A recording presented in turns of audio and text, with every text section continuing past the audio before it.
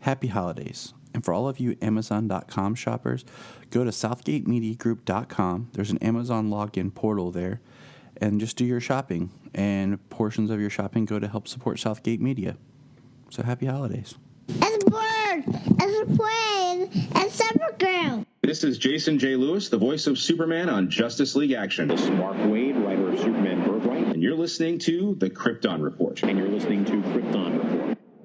Up in the sky, look! It's a bird. It's a plane! It's the Krypton Report! The All Things Kryptonian podcast, including Superman and Supergirl. We discuss games, movies, cartoons, TV shows, and comics. Find us on Facebook, Instagram, YouTube, and Twitter. If you've enjoyed Krypton Report, please check out the other podcasts available from Southgate Media Group. From Capes and Lunatics, which is everything you could possibly want from a geek podcast, to Nuff Said, Capes and Lunatics Sidekicks, Titans Talk. If you're like me, you can't get enough of your DC. And you can also check out Super Connectivity, where they discuss everything in comics.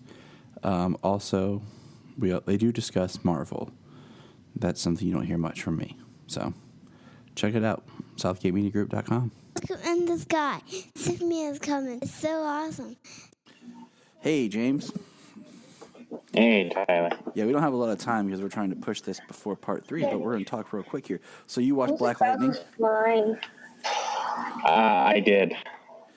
Yeah, so I ended up watching Black Lightning last night, and I was going to watch it this morning, but I'm kind of glad I did so I could tell you, hey, check it out if you can. So let's just talk about some high points real quick with Black Lightning, because it's definitely going to play into tonight's episode. Now, for anybody listening, I didn't catch it, and neither did James, but they didn't say what Earth regular Black Lightning's on. No, I did not see it. And I even had to start it over again because of the app, you know? Yeah. Since it's individual to the device. Yep. So I even had to start it over again. And so I watched it for a minute before I kind of skipped ahead. And it didn't start off with saying an Earth or anything either. And so basically the red skies start. Jennifer gets basically her cells absorb the antimatter or whatever, and she goes into an interesting state where she's phasing in and out, and she meets 2 other versions of her from the multiverse. Each one's name is different because it took me a minute to realize, because it said Jen Earth 1. I was like, Jen, because it was Gen. And we found out on regular Earth 1, she healed all the metahumans in Freeland. Jefferson's the Secretary of Education and gets murdered by Odell. That pretty much sums up the regular Earth 1. And then you had a good point that we'll hold off on the end for. Yeah. We meet Jen of Earth 2, which is Jinn. And she's basically just nasty, pain in the butt, like annoying. And she ends up killing her whole family. So that was interesting. Yeah, she was evil. We see that because they mentioned that the worlds were unfolding and folding into each other, and that's why Jen was on this plane of the different versions of her. So that was interesting to point out. And yeah, it was quite interesting how she was able to. So like the Jen we know, she was able to like see the events going on the other Earths, like the antimatter inner cells or whatever was like connecting her on a astral level, right, and to the other Earths. I thought that was really neat because that'd be something that would kind of almost be cool to continue, like just that kind of thing throughout the other episodes. So yeah, I mean, but it was pretty cool how it led how it's leading into tonight's episode of Crisis. Right. You know, Exactly. because Black Lightning hasn't been connected to Anything. hasn't been connected to the rest of the multiverse at all. Because this is the first time they mentioned a multiverse, and that's when Gamby comes up with it and says it to Jeff while Jennifer's phasing, and then Dr. Stewart mentions that's it's been something in physics forever, so they just tried to like cram that in there real quick, because this episode kind of ends with we see our regular Jeff and his family, and Harbinger or the Monitor take him, and because we see the portal thing open and he gets sucked through. So that pretty much leaves us with getting him there. And the only other thing that happened was, like you said, we know that Earth 2 was wiped out. And hello, Bryan is now with us. So that is good to know. Finally breached to our Earth and gave us a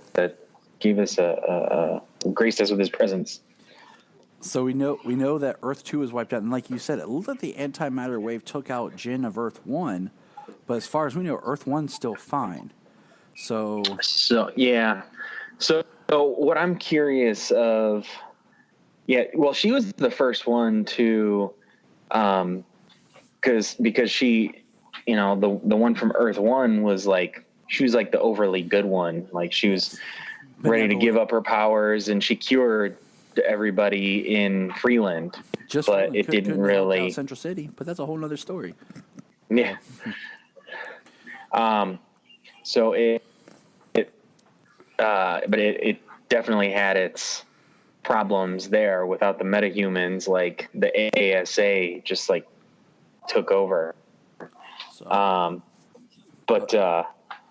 So she was the first one to see the antimatter wave, and then she says something, and then she like disappears, and then Earth 2 Jen says something, and then she disappears, and the antimatter wave just kind of comes through and takes them out, and then it passes by Jen, the one that we know, and then it kind of goes back to their Earth with Gamby and Lynn and Anissa.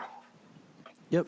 All right. So now we're getting into Infinite Crisis Part 2. All right. So I've kind of taken my notes and broken them up by groups. We're gonna start with the least interesting, move to the most interesting. Okay. We're gonna move kind of quick. 1. So we learned that there are 7 paragons throughout time and existence that the Monitor is going to use, because the Monitor went back, saved the Book of Destiny, and used the Book of Destiny to figure this out.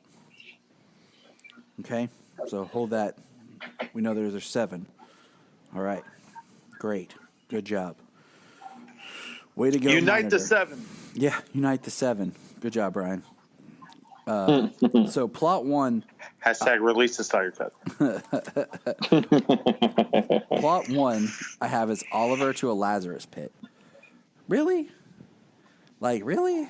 Like, I have a lot to say about this. All that's going on, you were going to release Oliver to the Lazarus pit, so why? Is it a good idea? We learn Constantine, because of the antimatter, is losing his mojo. They go to a different Earth. Do you remember what Earth they went to for the Lazarus pit? 18. Earth 18. Was it just straight 18? Yes. Okay, because I have my notes here on ongoing Earths. So Earth 18 is the Lazarus Pit Earth. Got it. Awesome. We meet Jonah Hex, which was cool just to see him. White Canary gives him his scar. We know that if he comes back, he doesn't have a soul. Constantine can't pull his soul, but can you pull a soul to a different Earth? If he died on Earth... I wrote that on my notes, too. If he died on Earth 1, wouldn't you have to be on Earth 1 to pull his soul? And I'm just like, is this going to pay off? It's magic. Yeah, I know it's magic, but I'm just going to say, is this going to pay off in some? It's magic and an extra dimensional plane. So, is this going to play into the fact that Oliver didn't die, and that's why we see Felicity walk with the monitor, and they're going to go off to like a special kind of like heaven place later or something after Crisis? But anyways, your comments quickly so we can move on to the more important stuff. I think it's a bad call. He's, did all this years of build up that he's going to die, and he died. And he died in a nice fashion. It was a good death. He got to say his goodbyes. Let's just let him die. We should have no story where we're bringing him back. We should focus on bigger problems like the multiverse ending. James. And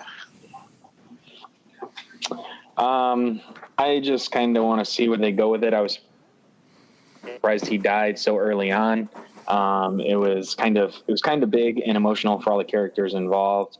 But we also know that, they wrote it that Barry and Mia were taking it pretty damn hard. So I don't know. I wonder what their idea is of it, because from what I recall hearing or something, that Stephen Amell said that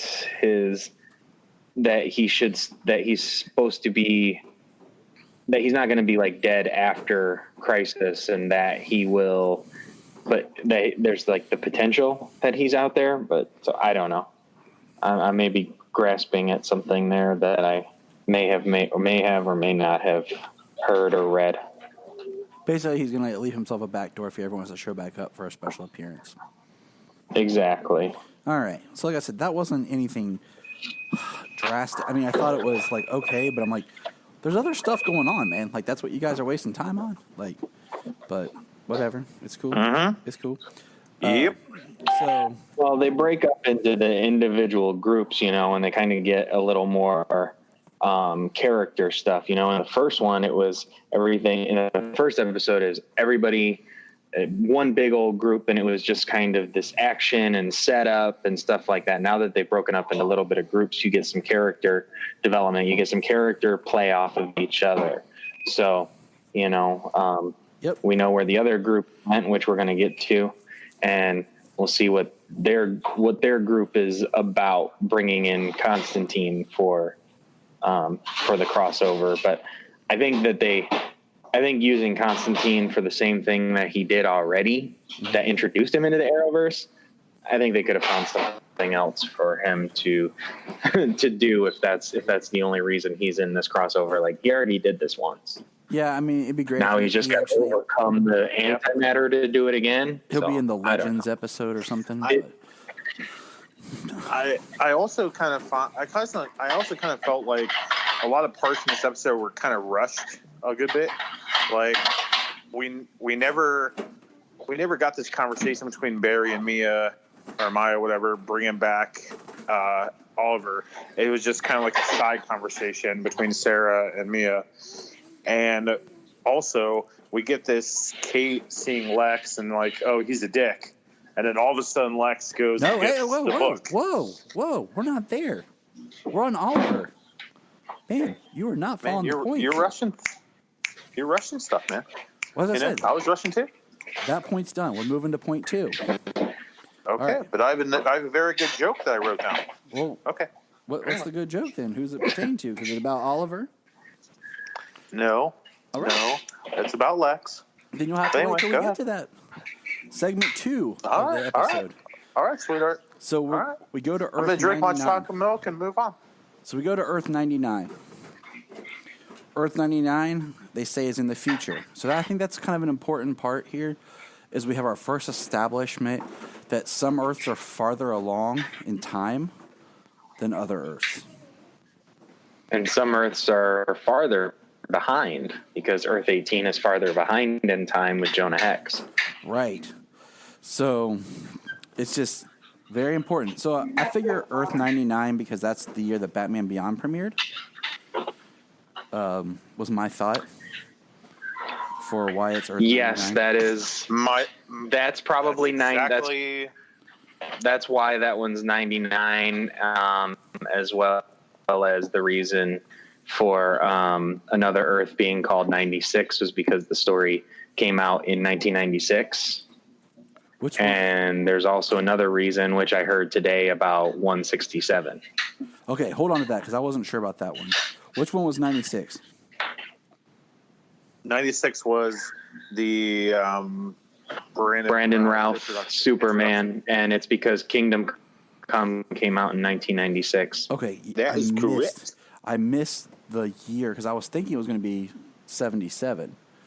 Hold on. Yeah, I thought it would be 77 too, but it was 96.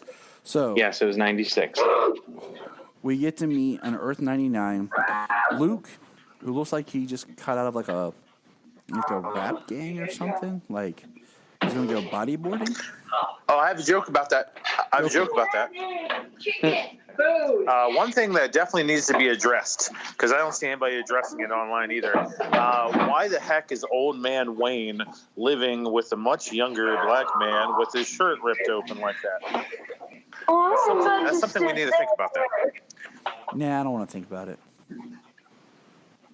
I'm just going to move on. It is what it is. Oh well. It's a little creepy. It's not my business. It's not my business. I don't care. So Kate and Cara are there, and they show up, and she says, "I want to speak to Bruce. I want to speak to Batman. I'm his cousin Kate." Luke shuts the door. Cara kicks it down. Bruce comes down the stairs. Now this Bruce is it's an amalgam Bruce. Basically, this Bruce is Kingdom Come meets The Dark Knight Returns Bruce. This is what this is. He has the Kingdom Come exoskeleton thing, but he has he's kind of like of The Dark Knight Returns. Yeah, he's kind of like like an amalgamation of like you said, The Dark Knight Returns, Kingdom Come, but I also think he's kind of like a future version of like the BVS Batman who is successful. I think maybe like his first kill was Superman. Like their fight, his first kill was Superman, and after that he kind of went downhill. I kind of got a bit of that too. Because he says, he confronts Kate. We learn that he's darker, that he's killed. He starts going off on how after your first kill, you just start going, and keep going. And it becomes... Which is something, Batman has said, like he said in Under the Red Hood, like if he did it, then he knows he couldn't come back from it. He knows that he would, if he did it once, then he would continue. So we find out... It's not the exact quote, but it's...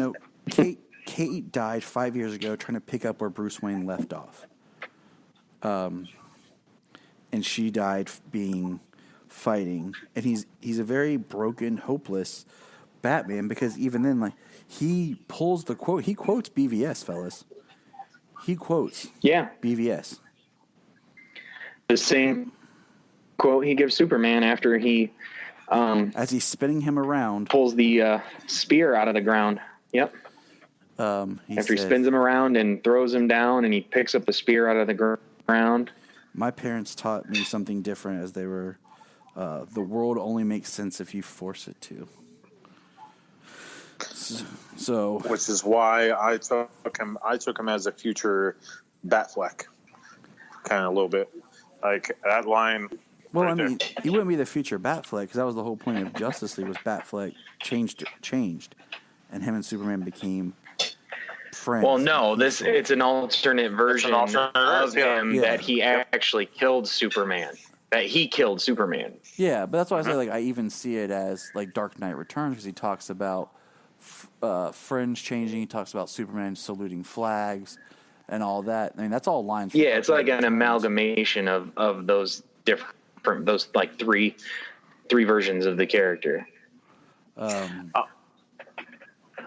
But I mean, it was Kevin Conroy. And I mean, it was a shocking... Which is awesome. The greatest Batman that we all know played like the darkest Batman we all know. Darn right. Yeah, certainly the darkest, being a killer. As I was watching with Jen, though, I was listening and I said, it doesn't really even sound like he's using the Batman voice or even the Bruce voice. And like, I was really trying to pay attention. And, Jen walked behind me like she does, and she said, well, it's a different Batman, Brian. This Batman's in a buttload of pain, and he's kind of given the Batman voice, but he's giving it like he's in a crap load of pain. So, like, it's just a new twist on that voice. It's like his Batman Beyond voice, but 20 years older. It sounds more like Conroy's talking voice. Yeah. Like if you listen to him in interviews where it's like this, because he always says, when he does the Bruce voice, he goes higher, and when he does the Batman voice, he goes lower. And this is very Kevin Conroy. It's just enough there that you identify it. And like, But, and like, I didn't have a problem with it. People are freaking out because he was like this dark, evil-esque Batman. But, I mean, it's all multiverse stuff. Yeah. There are versions of Batman who have killed. People can't seem to grasp these facts. One I thought was the interesting is, so Kara, finds out that he killed Superman, and it confronts him and says he's not the paragon of anything. He killed Superman, so then he pulls out kryptonite. Kate and him fight. He basically falls into some power stuff, gets electrocuted, and dies. But the most interesting part is Kate kept the kryptonite. Mm-hmm. So that, which I feel that's just a Batman trope, right? And she on Earth 1 there is no Kryptonian, there is no kryptonite. However, Oliver got it. There is no kryptonite, and so just kind of a bat thing, just in case. Yeah. It's because it's what Batman would do. It is what Batman would do, but now, exactly. But now Kryptonians are coming to Earth 1. Batman has to have that precaution. Yes, they are coming to Earth 1 because there is no Earth 38. So, all right, now moving on. Wiped out. We get to meet Mick Rory from a different Earth, which was Earth 74. Earth 74, where the Legends gave up. He's really good with Baby John. We find out that was awesome. On the Wave Rider in 74, there's no Gideon. It's actually Captain Cold. That was cool too. We have Wentworth Miller. Okay, so I know we're kind of rushing, but we're going to get to the meat of it. Okay, here we go. So Lex Luthor steals the Book of Destiny and decides to jump Earth to Earth, killing Superman. Yep. And they find out that one of the Paragons is a Kryptonian, so a Superman from an alternate Earth. So Lois and Iris, why, I don't know, and Clark are going to go find the other Superman. Okay. We go to Earth, which I believe was Earth, was it 70, or hold on. The one with the dead Superman. Earth 75, was that it? That sounds right. I'm not positive. Where we just see him dead and Lois over top of him. Why couldn't that have been Dean Cain with Terry Hatcher? Like, right. You could have. It should have been. It already is a Photoshop photo. You could have easily got them behind a green screen, even in individual places, and just took a picture of Dean and then took a picture of Terry, and just and made it right there. I had to pause the TV and go closer just to see if that was Dean Cain, because that's what I would have done. But a lot of people said it looked like Gerard Christopher. Wasted opportunity. But it wasn't. That would have been really cool. It was Tyler. If it was, yeah.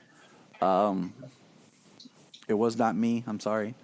But then we get to Earth 167. And why 167, James? 60th year of Al and Miles. Okay. The creators of Smallville, Yeah. I mean, 1967. okay.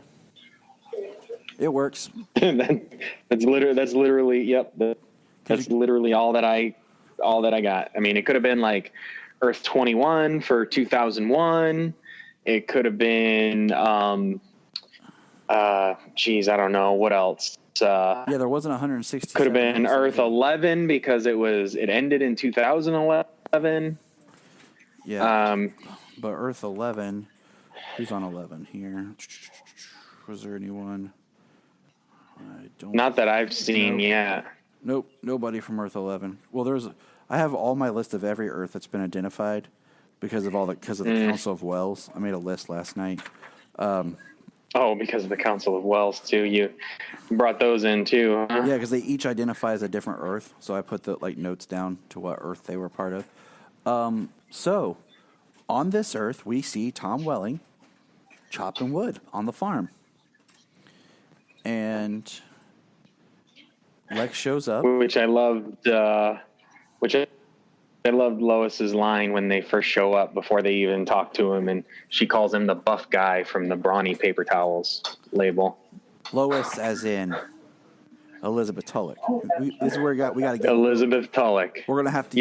Elizabeth Tulloch. We're gonna have to use some actors' names here because it's gonna get a little. Yes, dicey. Elizabeth Tulloch. She said that, and Tyler Hoechlin kind of gave her this sideways look because she said that he is huge.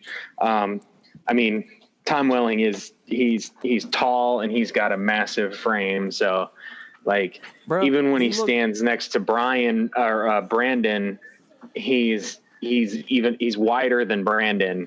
Brandon's got a little more of an athletic build, but Brandon's still huge too. But what's crazy is Tom looked bigger on there than he did when I just met him. You know what I'm saying? Yeah. But so he's chopping wood. It's really fast. We have Tyler give the line like, "You are Clark Kent," and then they're gone because Lex sent them away. Yeah, they start giving him the spiel of the multiverse, and then Clark starts saying something, and then they disappear. Which is weird because you'd think Lex would have took him out there, but he didn't. Maybe he's saving him for last. And then Lex has a dialogue with Tom Welling. And, he's like, Lex, he's like, I didn't know the president was in town. He's like, Lex, John Cryer Lex, goes to destroy him with the Book of Destiny, steps on a toy, and you find out him and Lois have 2 daughters, and he pulls out kryptonite and it does nothing, and you find out that Smallville Tom gave up his powers. Yes. I have mixed feelings. Couple of things. Yeah, so a couple of things. Apparently, which I just found out today, that is how Alan Moore wrote the ending for whatever happened to the Man of Tomorrow. His final story for Superman is that he gave up his powers to live a normal life with Lois and children. That is correct. So it is canon. It is a canon story. But also, and I watched it last night and I was completely okay with it. I was like, oh, well, that's nice for, because it does make sense for the majority of the time that Tom played the character. Even though, in the final season, he embraced it, but also it's not that story. It takes place in the future. But, then the idea is, oh, Lex Luthor is president. Well, maybe I should give up my powers now. Like, no, that's a bad time to give up your powers. That's okay. So Lex Luthor's president. This is where I pointed out with the time difference. Okay. So in Smallville, Lex Luthor is elected president in 2018. Earth 1 is running congruently with our current time. So from Earth 1's perspective, it's 2019. Okay, so how much time forward is Earth 167? because how is Lex? I mean, can it be 8 years from now? You know, so he was only Superman for less than 8 years. Well, if it's 8 years from now, then he would have been Superman from the end of, so that would be 2011 to the 7 years to 2018, Right. plus another 8 years to 2016. So he'd have been Superman for at least 15 years. So did he quit being Superman like after the events of the finale?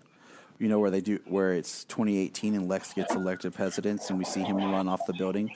Was that his last hurrah? Maybe, like, because you know they were going to get married finally. So did they get married and he quit being Superman? They put on the gold kryptonite ring for the wedding. That makes the most sense to me. Like at the end of Smallville, and I don't know if he'd give up for 8 years, but that's what I'm saying. Like, if his time, even if it was, it just makes the most sense that if he gave up his powers after the end of Smallville, because we got to think that means because if Lex is still president, I mean, did Lex amend the Constitution, and he's still president after 2 terms? Or running into the end of his second term. Or that's what I'm saying. Like, is it in the future, or is it just on that Earth? It's 2019, and Lex is only in his second year of being president, and he stopped being Superman. You know, because he didn't say how long he gave his powers up. Right. That's definitely the only that's the only problem that I see. Now, if they wouldn't have done the president is in town, you know, mm-hmm. if they would have said that Lex is trying to kill you, and he said that, you know, it's not possible. I don't know, Lex is locked up in a super prison, or it's not possible, or something like that. Something that happened to Lex canonically, mm-hmm. you know, as opposed to him being president, then it would be fine. But for him to have given up his powers while Lex is in his presidency, now that's one of the more dangerous times of Lex Luthor, because he has public backing. Now, I've read Smallville season 11, and I want to say it doesn't count because in the first volume of Smallville season 11, it starts talking about Crisis. Because, you know, Chloe meets, is it Oliver from Another Earth that's pod landed in Smallville? Or it's somebody who landed in Smallville. No, it's a Chloe.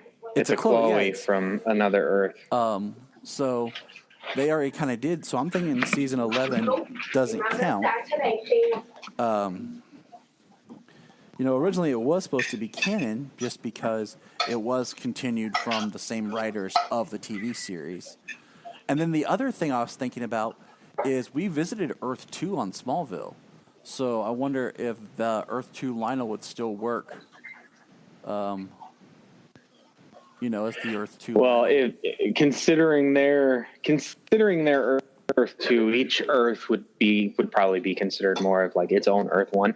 So if their Earth is 167, is Ultraman's Earth, that Ultraman's version of Earth 168? You know what I mean? Right. That's what I'm saying. Like it would be fun because we later in the series we know where other people identify their Earth as the number they're on, especially with the Council of Wells, where they state, I'm from Earth, blah, blah, blah. And, you know, because I always loved season 2 of Flash where Harry's like, my Earth is Earth 1. Why are you Earth 1? You know, but eventually they just set all that kind of aside, and he basically says Earth 2. Just fun things to think about, you know. So John Cryer, Lex, leaves him alone, and that's when Erica, Lois, walks out and makes a comment to him about the girls made a mess and they want him to come see. And it was cute, like, you know. But we never saw He Red says Skies. No, we never saw Red Skies. They just walked away. So the only thing that I'm curious before we move on from this one is Guggenheim, I believe it was, the producer, said that we will see all of the Supermen on screen together. So is Tom going to be back, or is that it? You know, it might just be it. Who knows? I'm not like I'll tell you what. You know, I'm not holding. I'm not going to be off. heartbroken, but I'm not holding off to see Tom in a suit. I mean, if he just put on the red jacket, I would be fine with, because that's what he wore in Smallville. You know, to me, that's more of a Smallville symbol than him actually wearing a Superman suit.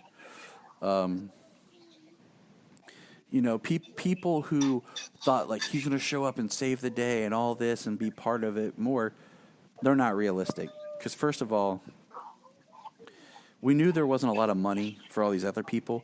Like, we're getting to Brandon Routh being Superman.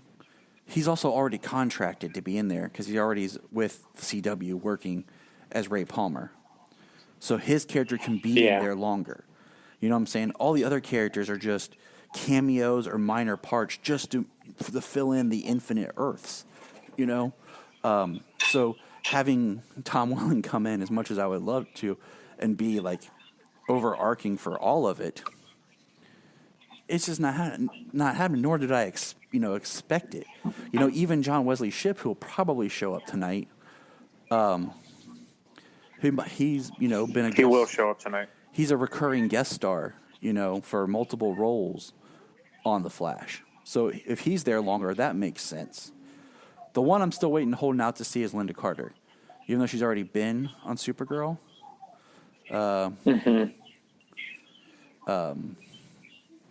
As Wonder Woman, like, would be cool.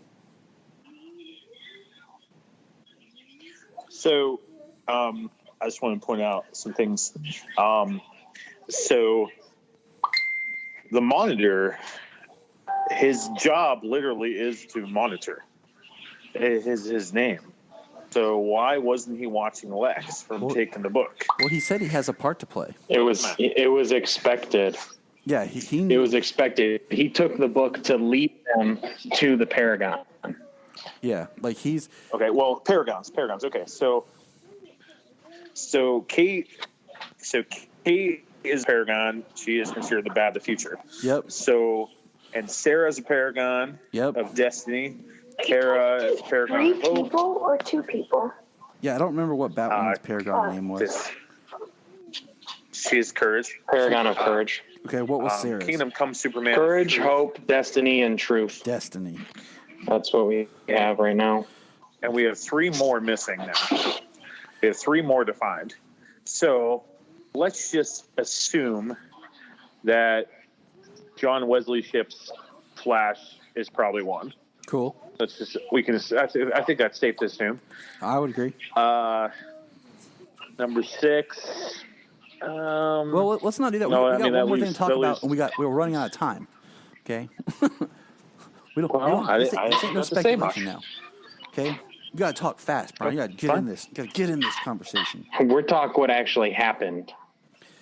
we can speculate after we see part 3, but considering that we're trying to record this before part 3 happens, we gotta push the clock. We have 29 minutes, or we have 19 minutes. I can't do math. All right. So. If you do this 29 minutes, Tyler, and we miss the first 10, I'm going to have to come to Columbus and hurt you. Bryan will be in my face, and he'll drive here literally and punch me in the face. He'll be like, hey, what's up? I'll be like, just sitting here. He'll be like, okay. And then I'll be like, ding dong. He'll be like, you suck, Tyler. Right, Bryan? It'd be like that. It'd be like that car commercial. Exactly. Are you answering my text in person? Yes. Pow. And the fact that Bryan's gone silent makes me think that he's on his way now. He's on the way. Are you there, Bryan? No comment. I don't know. Yep, lock the door. He's on mute, it appears. Yeah. All right. So He's on his way. So then we're on the next Earth, which is Brandon Routh's Earth, Wait, no, I was just grabbing it. which is Earth, what was it?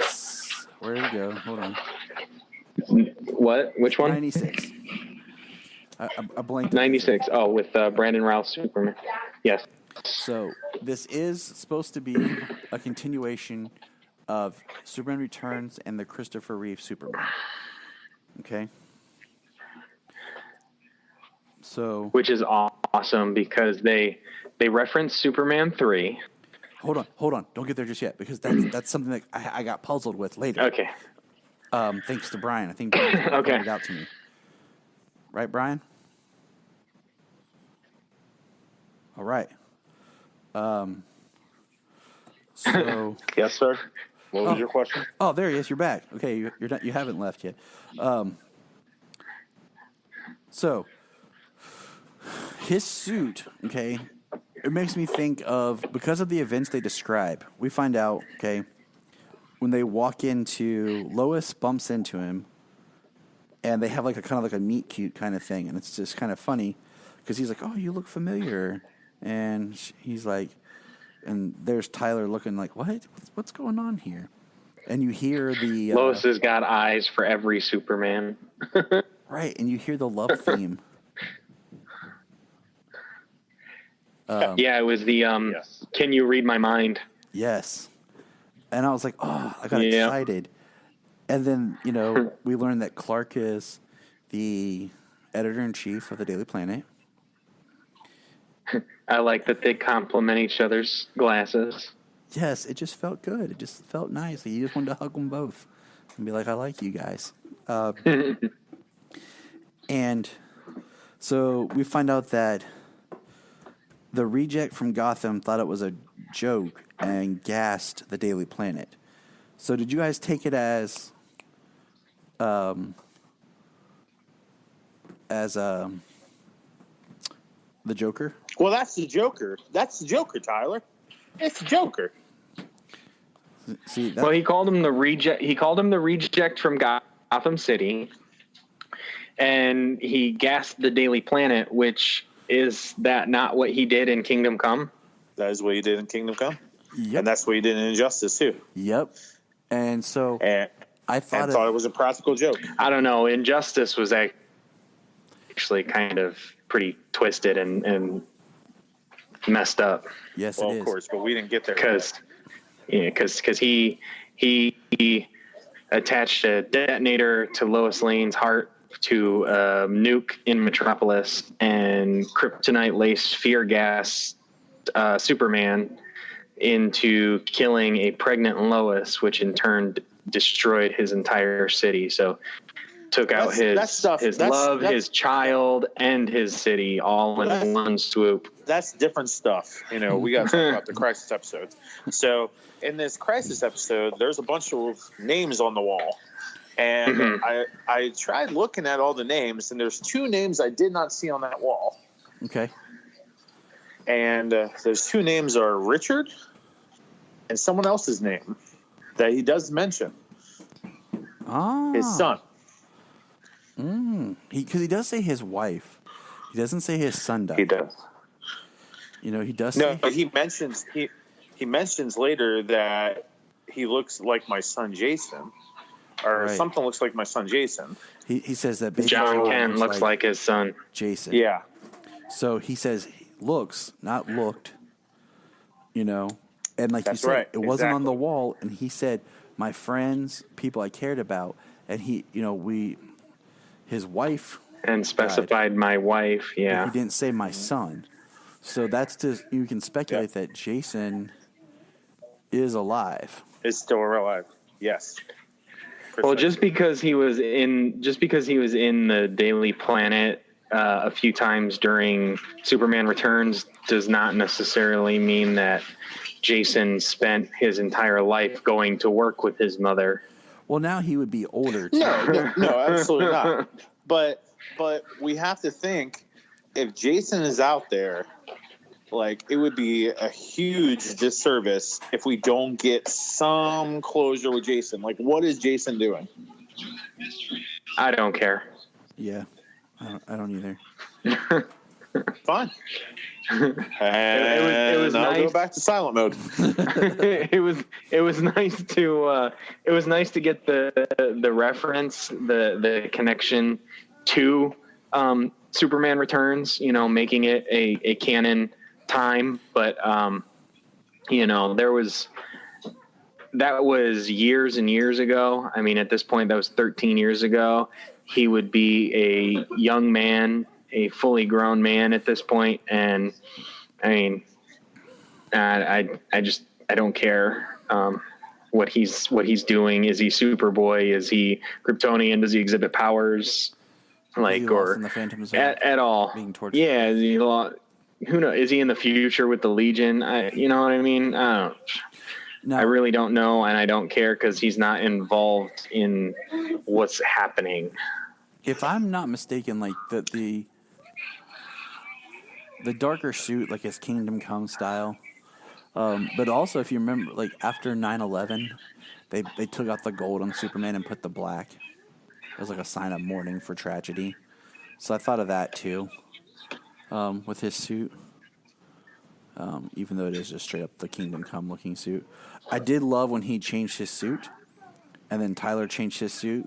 And I swear if you go back and watch like season 2 of Supergirl, Tyler's suit looks a little bit brighter blue. But man, next to Brandon's suit, it just looks like dark blue. Like dark blue. Like Man of Steel dark blue, which is a really dark navy. And then Bryan's favorite character, John Cryer Lex Luthor, shows up and uses the Book of Destiny to have Superman v Superman. He is amazing. Which was an awesome scene. And Bryan, why don't you tell us about that scene, since you just rewatched it before we started this? So, the greatest Lex Luthor of our time, the greatest criminal mind of our time, he shows up with this Book of Destiny because he wants to kill all the Supermans. But then he's like, you know what? Tom Welling punched me in the face, man. And, screw that guy. So why don't we have Supermans just kill each other? So he uses the Book of Destiny to control Brandon Routh, Superman's mind. And then he starts choking Tyler, and he starts trying to kill him. And then he throws him out the window. And then there's this big Superman fight. And this guy's like, whoosh, and this guy's like, whoosh, and then they're like, boom, boom, boom. And then Lois is like, we got to walk away from the window, or we're going to get hurt. And it was just crazy. Very cool. I like when they smashed into each other and the shockwave busted out a whole bunch of windows out of buildings. It was pretty sweet. It was awesome. I like when they're on top and then for the Daily Planet. It was a better Superman versus Superman than last year's Superman versus Superman. Yes. Darn right it was. And then Brandon Routh Superman tries to shoot Lois and Iris. I even forgot Iris was in this scene. And tries to shoot him with the laser vision. And he has his classic heat vision. Which he has the heat vision from Superman Returns. Yes. The good looking heat vision there. And I was glad that it was red, not blue. Yep, that's in my notes. I hate the blue one. I hate the blue. I don't mind the blue one. I mean, it's different. I don't mind it. It's something different. But it was nice to see classic back. Mm-hmm. But then Lois says, Clark, you're the paragon of truth. Remember who you are. And then Mufasa comes from the clouds, these red clouds. It says, remember who you are. Or I'm sorry, Jor-El, my son. And then he comes back. And Lois also hits Lex Luthor in the head with the frying pan. Where that pan came from. Where'd that pan come from in that office? I think it was probably more of an award off of the desk or something like that. I don't think it was. Maybe it wasn't. Maybe it wasn't. I don't know. You were just seeing it like a cartoon.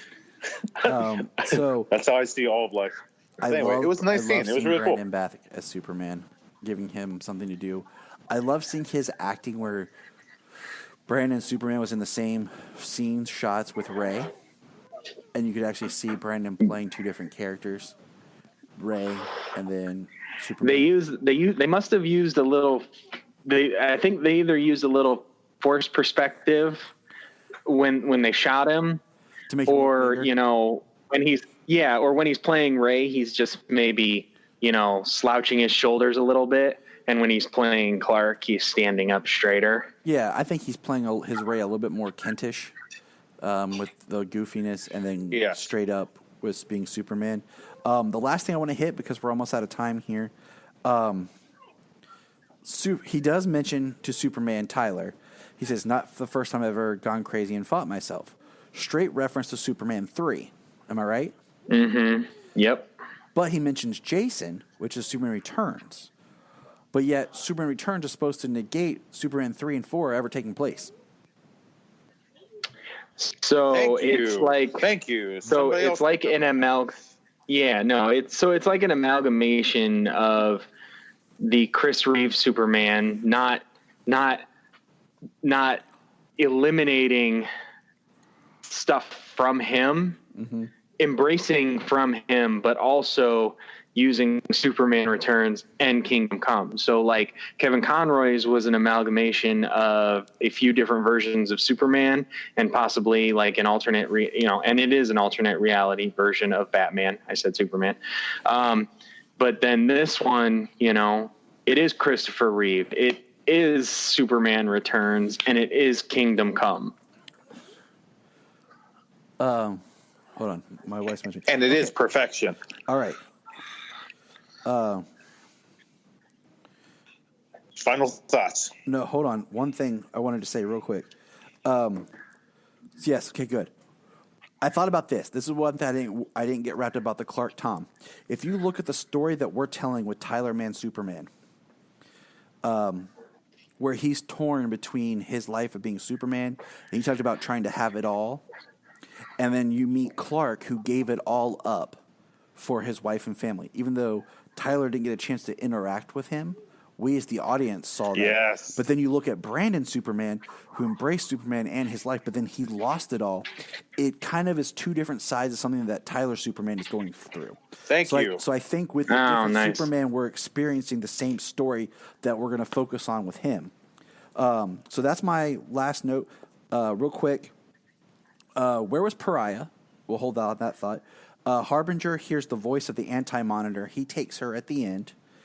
As soon as she started hearing the voices and stuff, I was like, oh, there's the Anti-Monitor. And the last thing I was going to say is... And then we finally get to see him. Lex Luthor in the Book of Destiny thing, that could be its own crossover. Just chasing Lex through time and seeing every Superman. That could have been its own crossover. But that's where we're going to put a pin in this. We have... we got to see the Anti-Monitor at the end of this episode. We have yes, we did. Till the next part. Where the heck is Diggle? Where is Diggle? He's at home with JJ. He's at home washing his tights. So, guys. No, he's going to Lila told. We will be reconvening here shortly. Or he's washing those Green Lantern tights. We were going to go watch Crisis, and then we'll figure out when we're going to record. All right? All right. Until then. Look up in the sky. Look up in the sky. Look at the sky.